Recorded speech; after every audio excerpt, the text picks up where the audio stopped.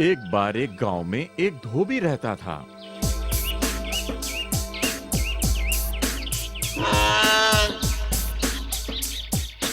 उसके पास एक गधा था जो बोझा ढोने में उसकी मदद करता था।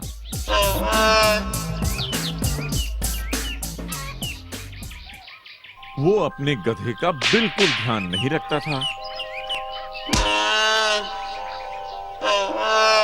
और अक्सर पेट भर खाना भी नहीं देता था उसको। बेचारा गधा बहुत दुखी और कमजोर हो गया था।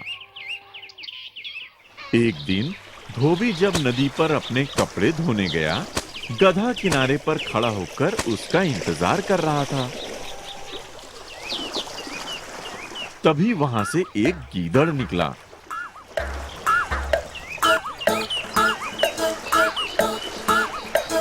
उस गीदड़ ने दुखी गधे से कहा, अरे प्यारे गधा, तुम इतने उदास क्यों हो? मेरा मालिक मुझे बहुत मारता है और पीटता रहता है। वो जल्द ही वापस आएगा और ढेर सारे कपड़े मुझ पर लाद देगा।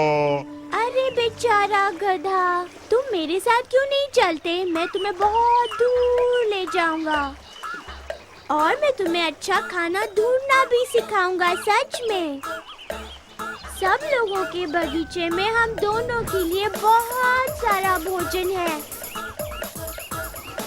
ये कहते हुए गीदड़ ने गधे की रस्सी खोली और दोनों वहां से भाग गए। कुछ समय के बाद गधा और गीदड़ किसी दूसरे गांव में पहुंचे।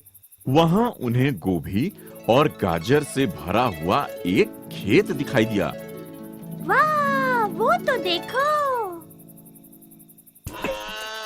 मैं तुम्हें सिखाऊंगा कि हम कैसे कभी भी भूखे नहीं रहेंगे।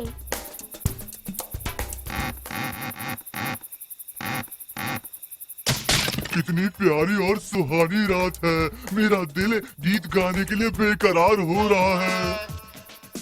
अगर हम शोर मचाएंगे तो मालिक हमें पकड़ लेगा। मुझे कोई परवाह नहीं, मैं आजाद हूँ और मैं जो चाहूँ वो कर सकता हूँ। किसी और के आदेशों का पालन करने के लिए मैं अपने घर से नहीं भागा था, यहाँ तक कि तुम्हारे भी नहीं। गीदड़ को गधे पर दया आ गई। ठीक है, जैसा तुम चाहो, लेकिन मेरे भाग जाने से पहले तुम गाना मत शुरू करना। ठीक है, फिर मिलेंगे। गीदड़ भागकर झाड़ी के पीछे छिप गया। जब गीदड़ आंखों से ओझल हो गया तो उसने रेंकना शुरू कर दिया।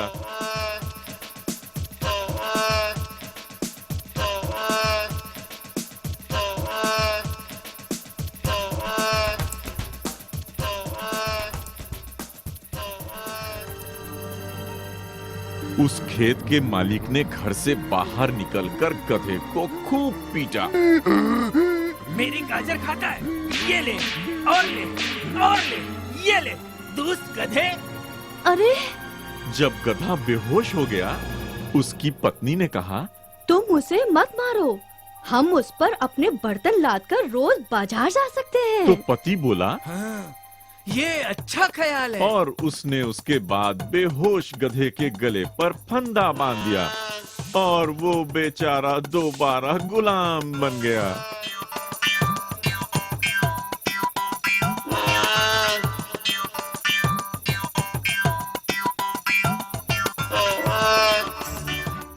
शिक्षा, बेवकूफी का कोई भी इलाज नहीं होता।